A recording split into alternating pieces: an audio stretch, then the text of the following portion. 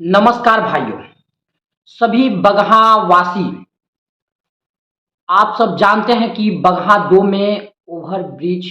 का निर्माण हो रहा है और बन रहे ओवर ब्रिज की आवश्यकता बहुत ही ज़्यादा थी बगहा 1 की जनता को और बगहा 2 की जनता। लेकिन अब सवाल ये उठ रहा है कि जब ये ओवर ब्रिज का काम जब शुरू हो गया है, जब निर्माण शुरू हो गया है, तो बगहा की जनता इसका विरोध क्यों कर रही है। वीडियो में आप थोड़ा देर रुकिए, कुछ देर रुकिए, मैं आपको स्पष्ट कर देता हूं कि आखिर इसका बगहा 2 के लोग, बगहा 1 के लोग यानी पूरा बगहा की जनता इसका विरोध क्यों कर रही है। आपको असली कारण पता चल जाएगा। जो ओवरब्रिज का निर्माण हो रहा है उसकी कुल लंबाई 1.5 किलोमीटर है और निर्माण हो रहे ओवरब्रिज में मात्र एक अंडरपास दिया गया है। बस सबसे बड़ा गलती यही किया गया है और बगहा की जनता को कहीं ना कहीं यही सबसे बड़ा दिक्कत का कारण है। वीडियो में आप थोड़ा देर रुकिए, आपको मैं स्पष्ट करके बताता हूं कि आखिर लोग इसका विरोध क्यों कर रहे हैं। देखिए, इस बन रहे ओवर ब्रिज में एक अंडरपास होने के से क्या क्या समस्या है। पहला समस्या कि देखिए, रोड से इस पार से उस पार जाने में जो 10 मीटर की दूरी थी वो इस ब्रिज के बन जाने के बाद और अंडरपास नहीं देने के कारण से ये लंबाई बढ़ के 10 मीटर से 1 किलोमीटर हो जाएगी। यूं समझिए कि आपको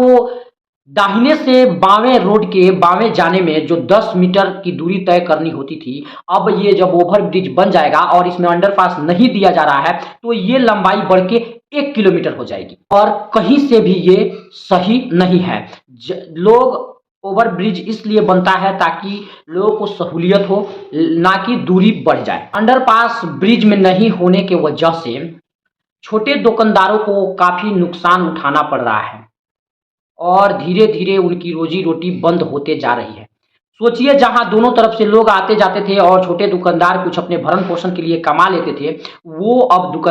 दुकानें टूटने के कगार पे है। दोनों तरफ से लोग आया जाया करते थे, जहां पे सैकड़ों सालों से बसा मार्केट का अस्तित्व अब खत्म होने के कगार पे है। जो मार्केट टूटने के कगार पे है वही मार्केट बगहा 2 के अर्थव्यवस्था को काफी ऊंचाई दिया है और आज उसी का अस्तित्व मिटने के कगार पे है। बगहा 2 को 2 हिस्सों में बांटने वाला ये ब्रिज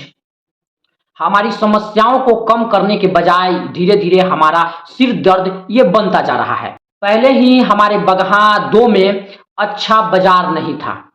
अच्छी खरीदारी करने के लिए बगहा 1 में जाना पड़ता था, जिससे समय और पैसे की दोनों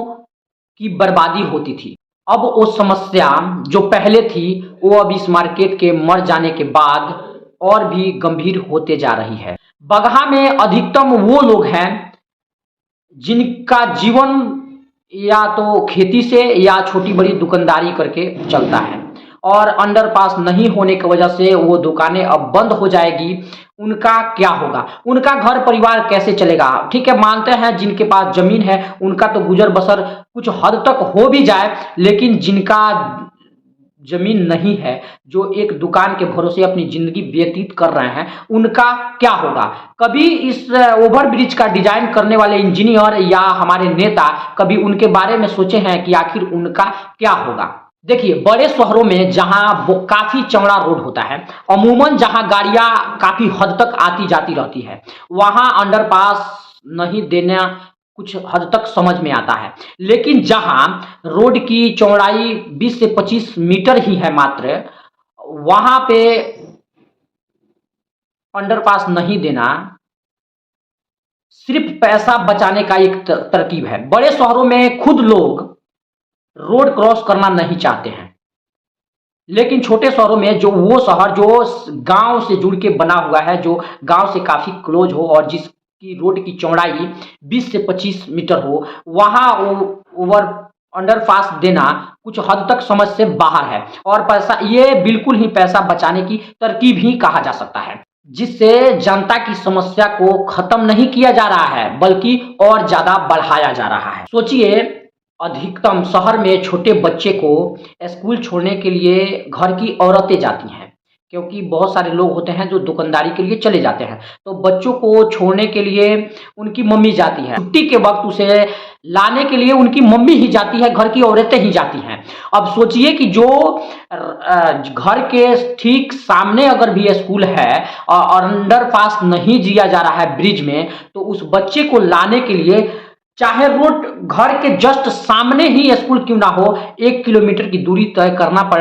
पड़ेगा उस औरत को, तब जाके वो अपने छोटे बच्चे को लेकर आएगी। सोचिए जो बच्चे थोड़ा सा बड़े हो गए हैं, जो साइकिल से चले जाते हैं, जो 500 मीटर या 200 मीटर या कहीं दूर से जिनका घर है, जो गली से निकल के आते हैं, उन्हें भी रोड के जस्ट उस पार जाने के लिए 1 किलोमीटर अधिक दूरी तय करना पड़ेगा। हम बगहा वासी, हम चंपारण वासी बगहा में ओवर ब्रिज चाहते हैं और बहुत दिन से इसकी मांग चल रही है, लेकिन हम वैसा ओवर ब्रिज चाहते हैं जिससे जनता की समस्या खत्म हो, ना कि और बढ़ जाए, और जिससे लोगों के रोजी रोटी पर बात आ जाए, और उन लोगों के रोजी रोटी पर जो बगहा को अपने खून पसीने से सींचा है, अपनी कमाई के और से अर्थव्यवस्था को मजबूत किया है, जिन्होंने ये कहिए कि बगहा को बनाया है, उन लोगों के ऊपर उनके रोजी रोटी पर बात आ जाए, ऐसा ओवर ब्रिज हमें नहीं चाहिए। इसलिए